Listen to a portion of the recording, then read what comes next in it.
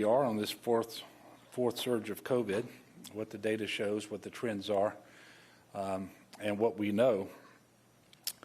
Let me begin, I should say, by congratulating this week's winners at Shot at a Million campaign. Yesterday I was able to speak with both Stephen Curry, who was the $100,000 cash prize winner, and Jacob Ardwan. He was the $100,000 scholarship winner. I'm excited for both of them. I thank them for making the decision to be vaccinated in the first place, and then for entering and winning. I congratulated them. I can tell you that Jacob is looking forward to going to UL or LSU and getting a technology-related degree. And I think Stephen, who, by the way, is not the NBA player, Stephen Curry, and I can demonstrate that by telling you he plans to pay off his car note and to maybe do some things that Mrs. Curry want to do around the house. More than 1.9 million Louisianans have taken their first shot. And our vaccination rate is going up. You're going to get more information about that in just a moment. Quite frankly, we're not in a good place because not enough people have decided up to now to be vaccinated. It is gratifying to see that those numbers are increasing, but we've got a long way to go, and we need a lot of people to join Stephen and Jacob if we're going to end this pandemic, but also if we're going to protect ourselves and limit the number of people who are going to contract the disease, go into the hospital, and the number that will die. And that brings me to the more sobering and probably the more important part of today's press conference. We are very unfortunately in a position that we had hoped, that we had prayed, that we worked very hard to avoid. But quite simply, the Delta variant is an absolute game changer, superimposed as it is in Louisiana on a state that is not sufficiently vaccinated. This variant is much more transmissible and is a much more dangerous strain of the virus. Earlier this week, I was able to speak with hospital leaders across the state, in every region of the state. And they are seeing more COVID patients now than at any point in the pandemic. And the most distressing portion of this is the rate of growth of hospitalizations for COVID patients. This week alone, we've seen thousands of new cases and hundreds of additional hospitalizations. And the ages of the people who are being infected and having serious cases of the disease going to the hospital is different. It's a younger group of individuals on average. And by the way, the trends that we are seeing aren't just happening in certain places in our state. They're all over the state, in every region of the state of Louisiana. Just today, we're reporting 5,313 new cases, and those are all within the last 7 days, so there are no backlog numbers in there.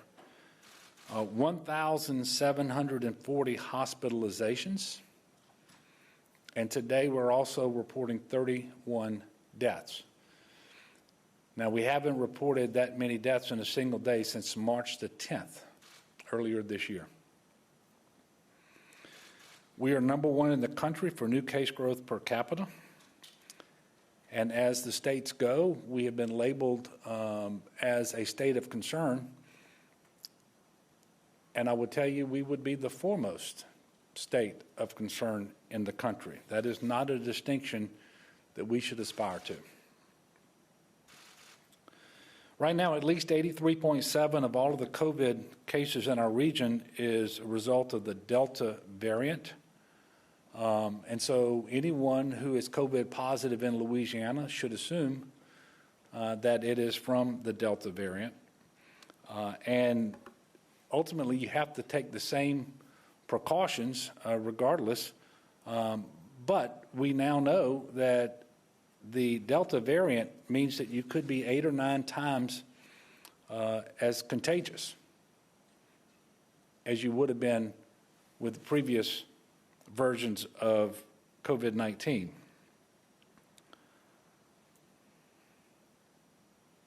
I think that means that we all have a heightened duty then to make sure that we take all the precautions necessary when we are positive, by making sure you're staying home if you're able to stay home, and in terms of your symptoms and so forth, but make sure that you're not exposing other people. In light of the trends and the developments, I can tell you that I have received over the last 24 hours or so numerous requests from hospitals and healthcare organizations and other entities to reinstate a statewide mask mandate. This is something that I am seriously considering. And it would be a mandate to do what we announced last Friday that we're asking people to do currently, and that is to mask in public indoor spaces, regardless of your vaccination status. So if you're vaccinated or unvaccinated, we're asking you to do that. But we're going to review new data that came out of the CDC just today. We're going to continue to have ongoing discussions with public health and hospital officials and others before I reimpose a mandate. You should also know that as of today, 45 hospitals in Louisiana have requested additional assistance with staffing capacity. The Department of Health is managing these requests. We are requesting additional staffing capacity from the federal government, specifically from Health and Human Services, and they will actually have a team on the ground here this weekend to help start that assessment. In another parallel effort, the Department of Health is working to execute a contract to create another 171 hospital beds worth of capacity with respect to staffing. That will certainly help, but in all likelihood will not be nearly enough.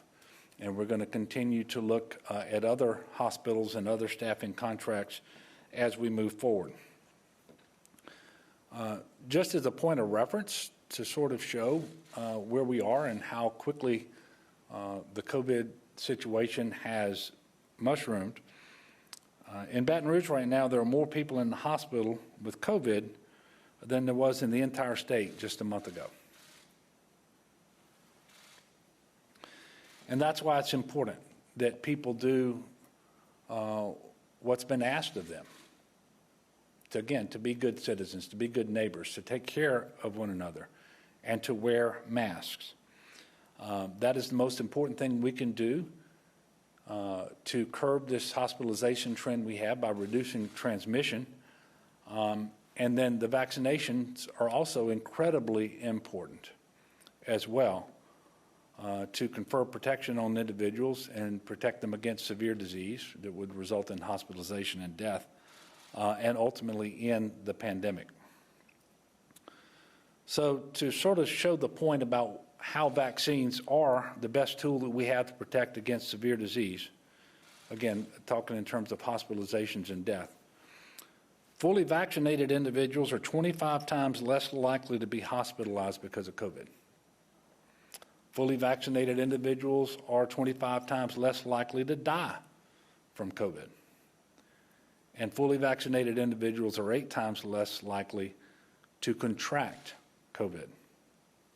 And Joe's going to have more information for you in just a moment on the benefits of being vaccinated. And while it is true that, especially as it relates to Moderna and Pfizer, which confer full protection 2 weeks after the second shot, and the second shot comes either 3 weeks after the first shot if it's Pfizer, or 4 weeks after if it's Moderna, the simple fact of the matter is after the first shot, you do have more protection than you had before you got it. And more protection beats no protection every day. And the sooner you get that first shot, then the sooner you'll have the second shot and enjoy the full protection. So we're asking you to run, don't walk, to get your vaccine.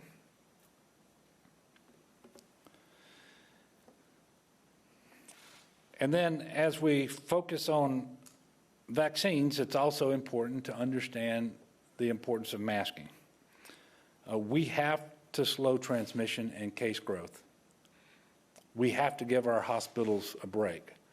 And so the appeal that we made last week, I am re-urging that now for all Louisianans, again, vaccinated and unvaccinated, for reasons that Joe will get into more in just a moment. But suffice it for me to say that the effectiveness on the vaccine was initially and is today measured in terms of the protection it affords against severe cases of COVID, cases that result in hospitalizations and deaths. It was not to prevent infections and infectiousness. And unfortunately, we are seeing breakthrough cases, and those breakthrough cases are infectious. And with the Delta variant, it's infectiousness to a degree that quite frankly is alarming, even in all of those individuals who don't have a severe case of the disease themselves. It can be a mild case and doesn't require hospitalization or much treatment at all, but they are very contagious. And that's what the new data is showing. That's what we're continuing to pour over. But that clearly is why masking is so important for vaccinated and unvaccinated individuals. So the Delta variant is a game changer. And at this point, it's not whether we vaccinate or mask. We have to do both.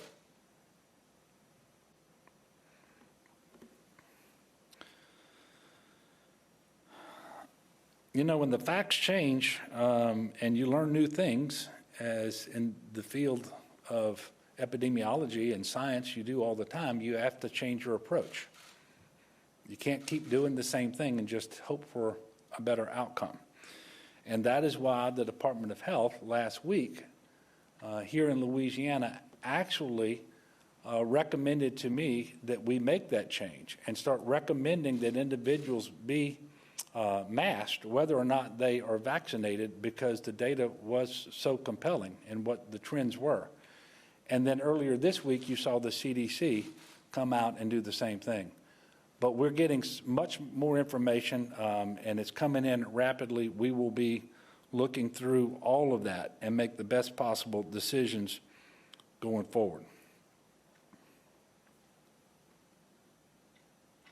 I'm going to ask Joe to come up now and to speak to you all. He's obviously got a lot of information for you, and then I'll come back up once he's finished with that. I would ask you to address your questions to Joe while he's up here as best you can, and then I will take your questions in a few moments as well.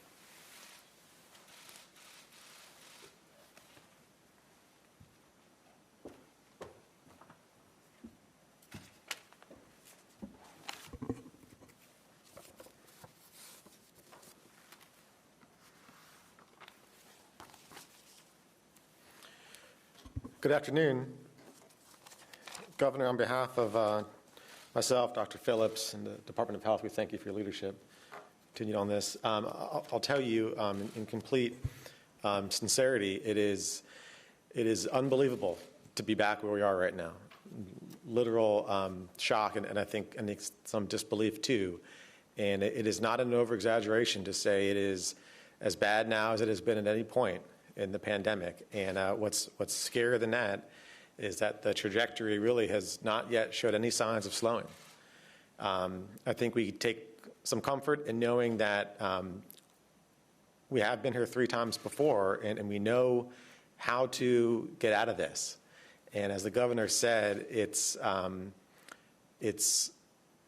getting vaccinated, and right now, because we are in a surge, it's doing the extra steps of masking. And from the data that we're looking at, it really does seem that the only way that we are going to effectively mitigate this surge and turn this thing around is if both people who are unvaccinated and vaccinated mask. That really is what is going to be needed to stop the transmission. I'm going to go through some updated data points, give some perspective of where we are and what we're looking at, talk about the recommendations that are out there now, and then I'll be happy to answer any questions afterward.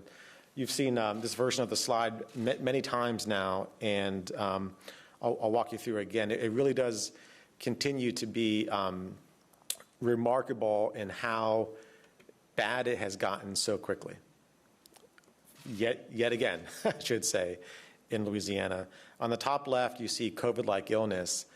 This is the percent of ER visits this past week in the state that are attributable to people seeking care because of symptoms suggestive of COVID, like fever, cough, shortness of breath, malaise, and so forth. We are now up to 11.7% of all ER visits is somebody coming in with COVID-like symptoms. And you'll note, if you can go back to the previous slide, please, you'll note that is the highest point that we have ever been in this pandemic. We have never had more people coming into emergency departments across the state with COVID-like symptoms as we do right now. And if you reach out to anyone that works in a hospital, they will tell you they feel that. The hospitals are literally bursting at the seams right now, and this shows why that is. On the top right of this graph, you'll see incidence, which is the number of new cases of COVID diagnosed every day, smoothed out over a 7-day average. We are now, if you want to look at it over a week's average, 349 new cases per 100,000 residents of Louisiana over a 7-day period. That's up 182% over the past 2 weeks, and it's up 923% over the past month. It's now higher than the first 2 surges we had. It's not yet as high as that third surge, that Christmas and New Year's surge. But as you'll note from that graph, there's not any sign yet that it's slowing. Not a single sign yet that this very steep rate of increase is slowing. You know, with COVID, transmission begets more transmission. And we'll talk about Delta in a second, but it's more infectious. And the preliminary data coming out now suggests that one person infected with Delta will then infect an average of 6 to 10 other people. It's hard to turn that around if you don't change behavior. On the bottom left, you'll see percent positivity, which is those orange bars on the bottom. We are now at 13.2% of all COVID tests are coming back positive, and we've not been that high since January 6th of this year. The purple line on top of that is testing volume, and as you might expect, testing volume has gone up the past couple of weeks as there's been more exposures and more people have these type of symptoms. We're on track to have decent amount over 500,000 tests conducted in the month of July, and we haven't been in that range for a good 3 or 4 months. On the bottom right, you'll see the number of patients hospitalized with COVID throughout the state, and this is really the graph that we have the most focus on because we cannot jeopardize the ability of our hospitals to provide acute care to either COVID or non-COVID patients. We cannot jeopardize that. As of today, we have 1,740 hospitalized patients with COVID throughout the state. That number has increased by a factor of 7 times higher than it was a month ago. And again, just like cases, absolutely no indication yet that it is slowing. There's no question this is due to Delta. About 83% of all new cases of COVID in Louisiana are Delta, and now the national number is pretty much the same as that. Delta has swept across this country, and I will tell you, I have very little doubt that what we are experiencing here, other states are likely to experience in the near future too. but Delta is clearly more transmissible, it's more virulent, it's more aggressive than anything that we have seen yet. I'll talk more about that in a second. But that rate of increase for hospitalizations, now higher than that summer surge where we capped out at 1,600. And in that winter surge, we capped out at just a tick above 2,000. And if we continue on the pace that we are now, we'll likely hit that point very, very early next week, within a few days. I'm going to go to the next slide, please. To illustrate this point one more time, we have more patients presenting to hospitals with signs and symptoms suggestive of COVID. 11.7% of all ER visits in the state this past week, more than at any point in the past during this pandemic. 45 hospitals as of this morning have reached out to us for help, asking us for help with staff. You'll remember during the first surge, we were worried about ventilators and PPE. That was our limiting factor. Later in the pandemic, physical space was our limiting factor. Thankfully, we have enough PPE, we believe, right now, and we have enough ventilators because we've invested in both of those over the past year. And we think we still have some physical space. But because it's tough to get nurses these days after a very traumatic year for nurses, hospitals are having a really hard time staffing up. And we don't have the staff that we need to meet this burden. That's why 45 hospitals reached out for help, which we are working with them closely across a range of options to bring in auxiliary staff, but it's not easy because the nursing shortage is not a state issue, it's a national issue right now. What hospitals have to do when they reach capacity is a couple things, and these are all difficult decisions that hospitals have made on their own volition. They have to cancel or postpone non-emergent procedures. When you say it like that, it doesn't sound that bad, but it really has consequences. And most non-emergent procedures are only non-emergent for so long. You put them off long enough, they become emergent procedures. And for someone who was scheduling a cancer procedure, removal of tumor, an important hip replacement that will allow them to get out of a wheelchair and walk, colonoscopies, biopsies. The postponement of these procedures have real consequences, and sometimes they're hard to measure even, but real consequences. And hospitals know 100% the consequences of these actions, and they have no other choice right now. They have to preserve capacity, staffing capacity, to care for the patients that are walking in about to die. That's the choice that they're making, and they have to make that choice, and this has real consequences. Hospitals also, the bigger tertiary referral centers, have to go on what they call diversion, which means they can no longer accept transfers. Most of the time, a transfer is not a lateral transfer. A transfer usually means that you're in a small, outlying rural hospital that does not have subspecialty care in a lot of areas. And the level of severity of a patient's illness exceeds the capacity of that small hospital to care. They don't have a neurosurgeon.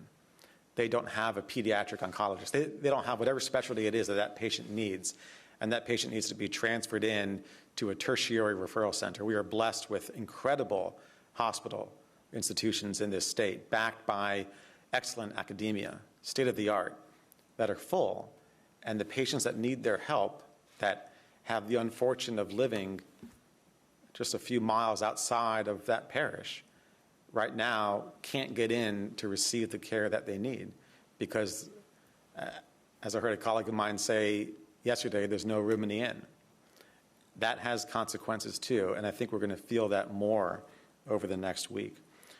There are some reasons why so many people are coming into the ER now with these type of symptoms, both COVID and non-COVID related.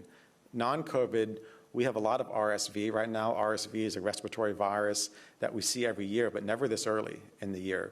And there's a whole other conversation about why we're seeing so many cases this early. It's unusual to see that.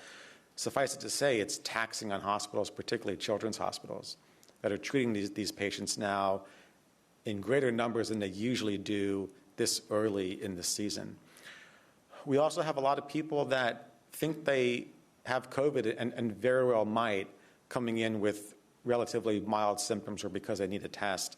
And I do want to ask the people of Louisiana to be cognizant of this right now. Because hospitals are so very busy, because emergency departments are so very busy, I am asking you, if you have mild symptoms, or if all you need is a test, please try and avoid emergency departments if possible.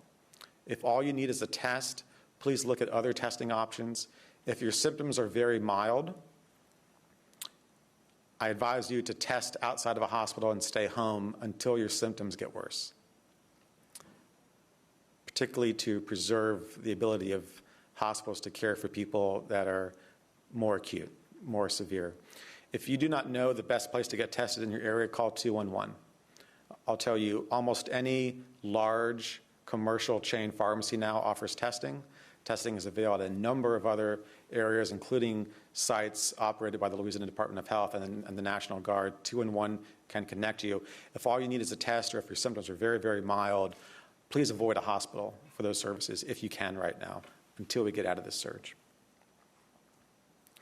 I'll also advise that the symptoms of COVID can be very vague, and sometimes you can miss them. Even good docs can miss them if they're not always thinking about COVID. And now that we're in the surge that we're in, COVID is 1, 2, and 3 on your list when you have any type of symptoms in terms of consideration. The classic symptoms of COVID are cough, fever, and shortness of breath. But there are a lot of minor symptoms that can easily be COVID that you might not realize. Sinus infection, runny nose, feeling tired, stomach aches. All of those can be COVID. Sore throat can be COVID. So I would advise people, if you have any of these symptoms at all, talk to your doctor, and physicians out there, be very broad in your testing, because the more COVID that we can identify, we can advise those individuals to be careful to quarantine and reduce the spread of that. If you are diagnosed with COVID and you are not sick enough to be in the hospital, there is a treatment available that will help keep you out of the hospital. It's called monoclonal antibodies. The main one being given now is called Regeneron. And it's very effective at keeping people who aren't that sick from needing hospitalization if it's given quickly, if it's given within the first few days of somebody having symptoms. If you are diagnosed with COVID and you're early in that process and you're not in a hospital, I strongly advise you call your doctor or your medical provider, ask if monoclonal antibodies are indicated for you. And if they are, ask for their help to get you connected. Most hospitals in the state right now offer this treatment. It's given by infusion that usually takes an hour. It is effective at keeping people out of the hospital, and we can use every hospital bed saved right now that we can get. The next slide, please. We've shown this chart many, many times. It hasn't changed in a couple weeks. When you look out on COVID-like illness, on new cases and hospitalizations, both as a state and all 9 of our regions, we continue to increase. Not only are we at relatively historic levels, how high we are, but the rate continues to go up. Each of these 3 categories, each of the 9 regions of the state. Next slide, please. I want to talk a little bit about COVID in children, and I want to come back to this point, but Delta is different. The Delta variant is different in a number of ways. It's more transmissible, it's more powerful, it infects people in a way that makes them have up to 1,000 times more virus in their body than the prior variants did. And unfortunately, it seems to be more apt to make kids sick.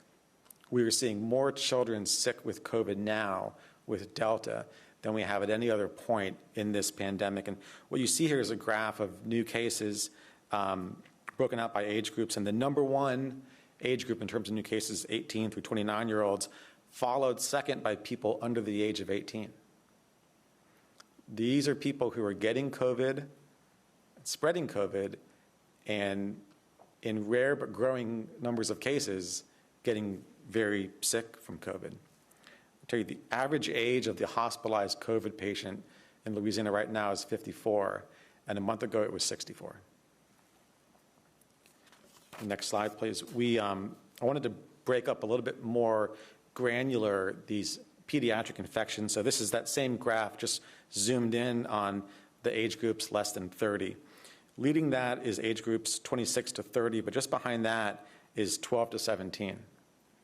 And I make this point because people who are between that age group of 12 to 17 are eligible to get vaccinated. And only 12% of them across the state have right now. But we're seeing those individuals get sick.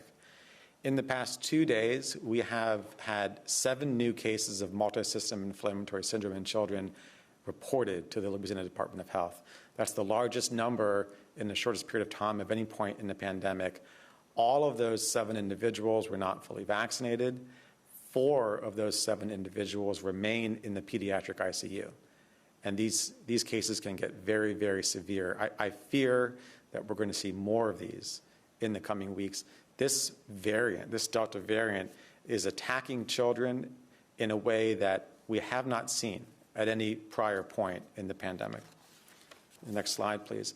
Yet again, we had discussed this last week. Yet again, Louisiana leads the nation in the number of new cases per capita. We are the leading state in the nation in the number of new cases per capita without any sign of slowing right now. Next slide. If you look at the whole country, the heat map here of new cases is really centered around us and Arkansas and Missouri.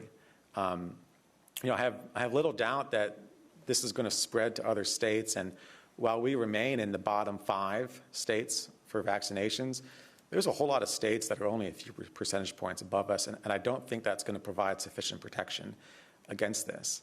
There's going to be a lot more learned about how Delta spreads in the coming weeks. Most of that is going to come from data from Louisiana to the benefit of other states. We have been in this position before. We've been in the leading edge of these outbreaks before, and at this point, I think we know what we have to do to mitigate it. I'll tell you, the vaccines remain the single best way to protect one against the complications of COVID. Next slide, please. Over the past week, 90.4% of all new cases of COVID reported to us were in individuals who were not fully vaccinated. In that past week, 85% of all deaths, COVID deaths reported to us were in individuals who were not yet fully vaccinated. And of the 1,740 hospitalized COVID patients in the state today, 89.3% of them are not fully vaccinated. As the governor said, when you get vaccinated, you then have a 25-time reduction in your likelihood of dying from COVID, a 25-time reduction in your likelihood of being hospitalized with COVID, and an 8-time reduction in your likelihood of simply contracting COVID. I want to talk about that part a little bit more. What is different about Delta? And there is a growing body of evidence on this now, and the CDC just an hour or so ago put out a new report really honing in on what I'm going to talk about right now that we're going to spend some time reviewing over the weekend.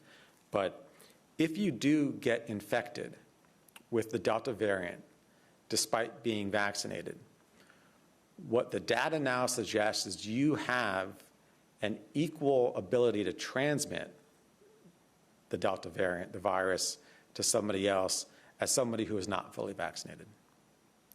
In other words, of people who do get infected, and again, remember, if you're fully vaccinated, you have an 8 times reduction in your chance of getting infected. But if you do get infected, what the data suggests now is that the viral load, the amount of virus in your body, is just as high as the amount of virus in somebody who's infected with Delta and is not vaccinated. Inferring that people who are fully vaccinated and do get infected likely are able to spread it just as easily as people who are not vaccinated. That is the reason why the mask recommendation has been extended to people who are unvaccinated and vaccinated as well. Because it seems like with the preliminary data and with what was released today on very quick glance, it seems like the risk of transmission in vaccinated or unvaccinated is the same if you do get COVID. As the governor said, we saw preliminary signs of this in our own data last week, which led the state of Louisiana and the Department of Health to recommend masking regardless of vaccination status last week. The CDC did the exact same thing a few days later. The exact same thing a few days later, and the data continues to grow, pointing to equal transmissibility of people who are infected, vaccinated, and unvaccinated. You take a step back, as the governor said, the value in getting vaccinated remains extreme. There is every reason in the world to get vaccinated. It protects you against dying, it protects you against being hospitalized. But the protection is not absolute, and sometimes you need more protection. And we understand this in all types of other scenarios in life. Let me give you one example. If it's raining outside, if it's mild rain, you put on a raincoat, you go outside, you're going to be well protected against that rain. You're not going to get too wet. If it's pouring, if it's a summer storm, you're going to probably need an umbrella too. And we accept that. And as it relates to COVID, it's pouring right now. So vaccinations protect you. There's absolutely no question about against what you really fear, which is being hospitalized or dying. But what we now know from the data coming in, and again, we're going to spend some time this weekend to go deeper into that data, is that when it's pouring, when we're in the worst surge in the nation right now, you probably need more protection to reduce your chance of spreading to others. And that likely means masking up for everyone. Go to the next slide, please. If there's really any good news to share, it's that I think a lot of people have chosen to get vaccinated because of what they see happening in the state. And it's scary when you talk to people. I mean, most people know someone who's sick right now. And if you don't, all over the news are people in hospitals talking about their illness. And a lot of them are sharing the fact that they really wish they had gotten vaccinated when they had the chance before they got hospitalized. I'm happy to say that the pace of our vaccinations has picked up dramatically. Last week, we doubled the number of people who chose to initiate their vaccine series, and this week we're on pace to double it again. So that'll be a fourfold increase over the past 2 weeks, going up from 2,000 new vaccine initiations a day to about 10,000 new vaccine initiations a day. Let me tell you, those people that chose to get vaccinated this past week, all of those people, that's a lot of people, they all changed their mind. They had not gotten vaccinated, up until that point, and they looked around and they changed their mind, and that's okay. It is okay to change your mind. Scientists do it all the time. I do it all the time. It is okay to change your mind. And if you have yet to chosen to get vaccinated, I would urge you, look around, talk to people who work in hospitals right now, or just watch the news. It's the right choice for you, and if you haven't done it yet, that's okay. It's okay to change your mind and do it tomorrow. I'm going to stop there. I'd be happy to answer any questions if there are any. Yeah, Blake? What does the trajectory look like as far as hospitalizations, and at what point do you expect hospitals to reach that crisis level of care? Well, I mean, the rate is as high as it's ever been, and I strain for ways to better articulate it, but 1,740 hospitalized patients is just below our first surge, just above our second surge, and just below our third surge. Again, with really no sign at all that it's slowing. Hospitals continue to have some levers at their disposal, but these are levers that have really dire consequences. They can continue to stretch what they consider a non-emergent procedure to be, but that's not an easy choice.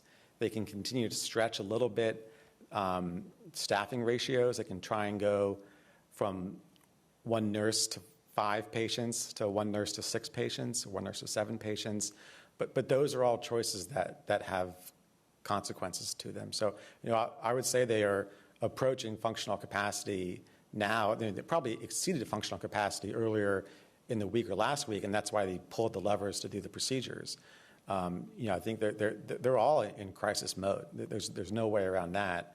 They're going to continue to do everything they can to save lives. The hospitals are not going to throw up their hands, but there are consequences to that. Yeah. How much less protection do people with autoimmune diseases or older because are more at risk because of their age or transplant patients have less protection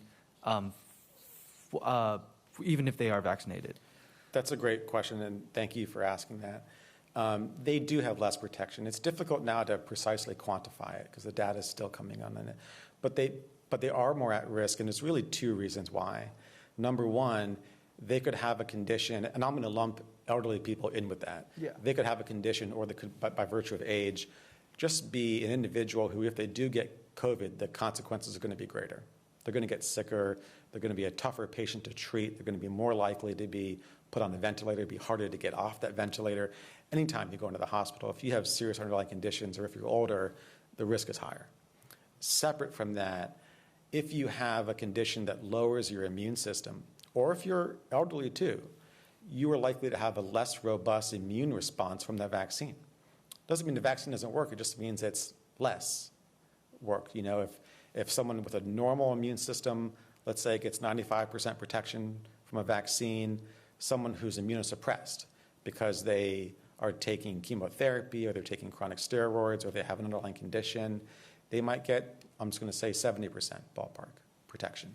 Still significant, but not as good. The point being, we're surging right now. So people that are at risk, people that have underlying conditions or are of advanced age, vaccinated or not, right now, they need to be taking the most precautions of anyone. They need to be masking 100% of the time when they go indoors. And when they're outdoors, they need to be distancing. They need to be avoiding crowds if they can. They need to be thinking hard about what they can accomplish inside their home without going out for the next couple of weeks while we're in this surge, because as you point out, their level of protection is less. They're more at risk. And a quick follow-up, especially with what you were saying about how vaccinated people are more likely to transmit the disease and, the fear that, children could see this more, there could be more severe COVID cases in children with school year coming up. Is a mask mandate something that you'd support? The government just told you it's being considered. Yeah. I will tell you, people need to be masking. That's the bottom line. If you're in an indoor space right now, you need to be masking. If you're not, you're putting yourself and everyone around you at risk. There's no question about that. Yeah, one last question. It's kind of following along what he said. I need to get closer to this. It's kind of following along what he said.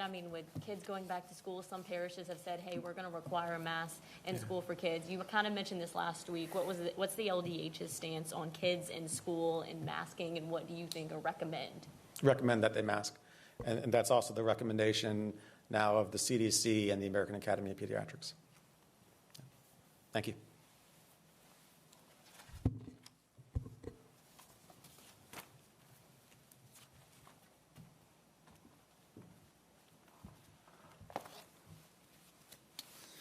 Thank you, Dr. Cantor. I'm going to try to end on one of the more positive notes that were struck today. Our rate of vaccinations has improved here of late. We're now above 10,000 new shots a day. Just a couple of weeks ago, that was down around 2,000. So I want to thank all of those people who have decided to be vaccinated. And I want to encourage everyone who hasn't yet made that decision to, in fact, make the decision and be vaccinated. It is never too late to do the right thing, to confer this protection upon yourself and your family and your community, and help us to end the pandemic. it would be great. You know, we have, I think, a little more than 1.94 million Louisianans right now who've at least taken the first shot. Wouldn't it be great if in a few days we could say we're over 2 million, and then we're over 2.1 million, and we keep going. So I'm going to encourage Louisianans to do that. It remains free, safe, effective, and convenient, with more than 1,400 locations where you can be vaccinated. You see the information on the screen. Please call 1-855-453-0774. That's the hotline to find out where you can be vaccinated. Or you can go to vaccines.gov.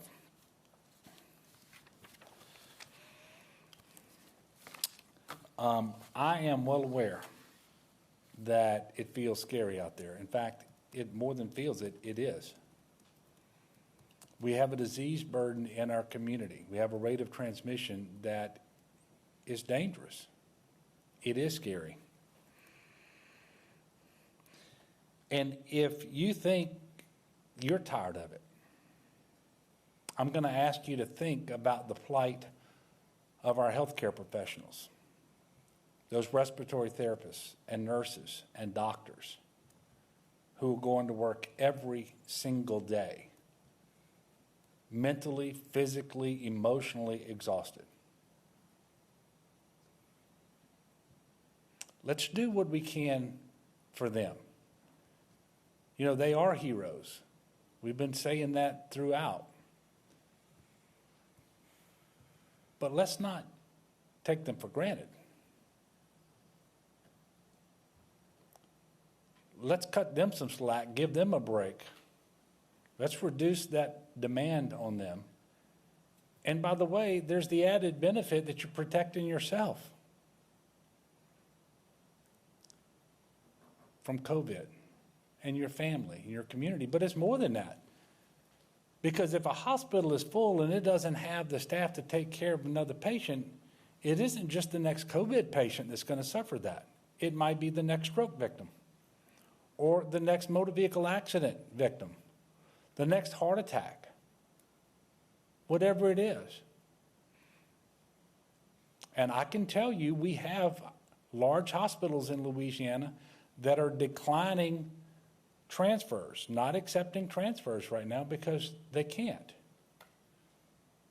There are real-world consequences for that patient who needed to be transferred but couldn't, because that hospital wanted to transfer that patient for a reason.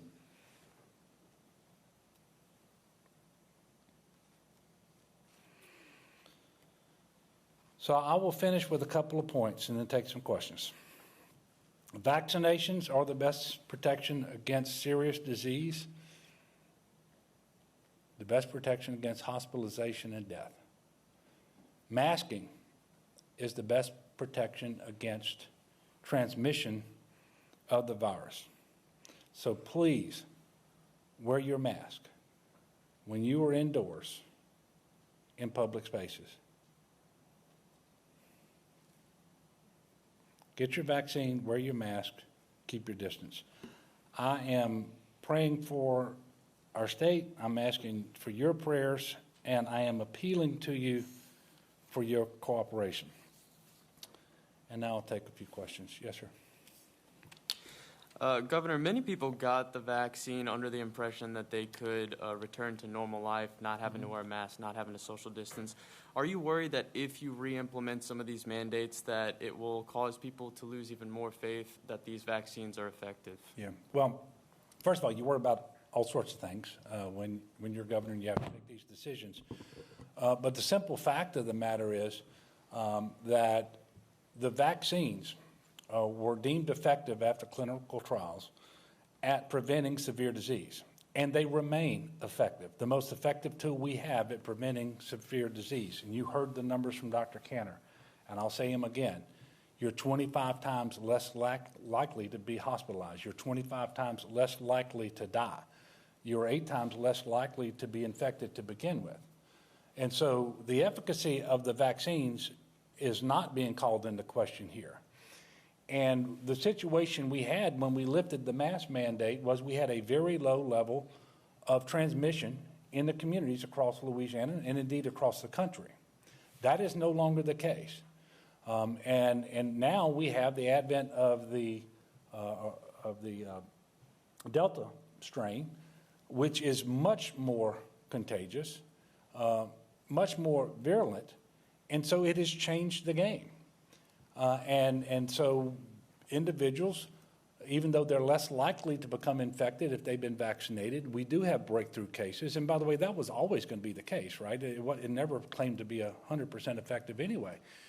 And the breakthrough cases ended up with people who are infected and infectious. And as it turns out, because of the viral load involved in COVID cases that are caused by the Delta strain, they're very contagious. And so when the facts change, you have to change. But the facts remain this: the vaccine is the most important tool to protect your health, and the mask is the most important tool to protect transmission. And so doing both at the same time only makes sense. And so that's what we're asking people to do. And we're just going to tell the truth as we know it, based on the data and the science, consulting with public health, with CDC, with hospitals and others across the state of Louisiana and outside the state. And when we do that, we're always going to do what is required to protect public health and do it in a reasonable way. And quite frankly, look, I understand that people don't want to wear a mask, but have you seen the people in the hospital struggling to breathe? Have you watched the testimonies given just this week in Louisiana in our hospitals by doctors and nurses and patients themselves? That mask is not an onerous burden to prevent that, to prevent yourself from having it, or to prevent spreading the disease to someone else who might end up in the hospital. So we're going to do the very best we can. We're going to make the decisions that are warranted by the facts, by the science, by the data as we know it, and we will communicate as best we can. But if people are listening to what I just said, it really isn't that hard to communicate how important it is to be vaccinated and how important it is to wear your mask. Yes, ma'am. Governor, what is it going to take for you to get to the point of, okay, we have to put this mask mandate in place? I know you mentioned that you have to look at the data, the facts. You guys are presenting some eye-opening data. So what is it going to take for you to make that decision? Okay, we need to go back to a mask mandate. Yeah, well, we got some additional data from the CDC today. And we have additional consultations that will occur, I think, today and over the weekend. We want to make absolutely sure of the linkage. That we believe. In fact, we believed a week ago, right? Because we got ahead of the CDC in making the recommendation that vaccinated people mask indoors as well as unvaccinated people.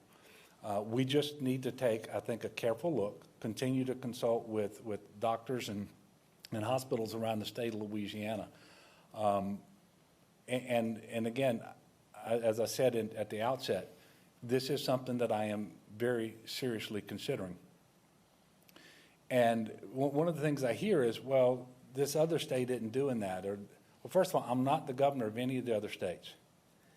And if you saw that chart a while ago, Louisiana is at the very top of the list, and second place is a distant second in terms of case growth. So I won't be taking my cues from other states that aren't faced with the same situation that we are. We're going to look at the data, we're going to look at the science, we're going to look at the trends, and we will make the decisions that are necessary. But to a very large extent, whether it's a mandate or a recommendation, the people of Louisiana ought to be doing this. Ought to be doing this. And if you own a business and you want your employees to be safe, then they need to be masked. If you want your customers to be safe, then they need to be masked. If you want to slow the transmission and save lives and lessen the demand that we're placing on these EMTs and paramedics and respiratory therapists and so forth, put on your mask and go get vaccinated too. Did I click it right? Oh, I have a follow-up to that. Would we be able to find out that answer in the next week? What's that timeline look like in the sense of you looking at that data Oh, and no, making that it's decision? soon. I think you can, one way or another, you're going to be hearing from me probably on Monday.